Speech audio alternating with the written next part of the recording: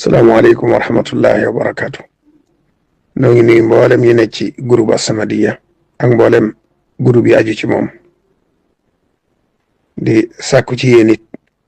yéen ñëpp rek ngeen ànd ñaanal sunu bokki jullit yi nekk Iran lu ci waay man ci ñaan rek suratul fatiha suratul falaqi suratul naasi laqad jaakum ba ca rabbul arsil azim juróom-ñaari yoon kooko man rek mu def ko yéeni ci ñaanal leen ñoom ñëpp yàlla musal leen te aar leen sunu bokki taalibe yëpp it nag kooko ci man mu jàng xasida laqad jaakum ak xasida rabbi bi maa yashrahul ak xasida farij bi jaahil Mustafa an ummati lim bu man rek ñaanal leen ca yàlla musal leen te aar leen te jële leen ci jafe-jafe yi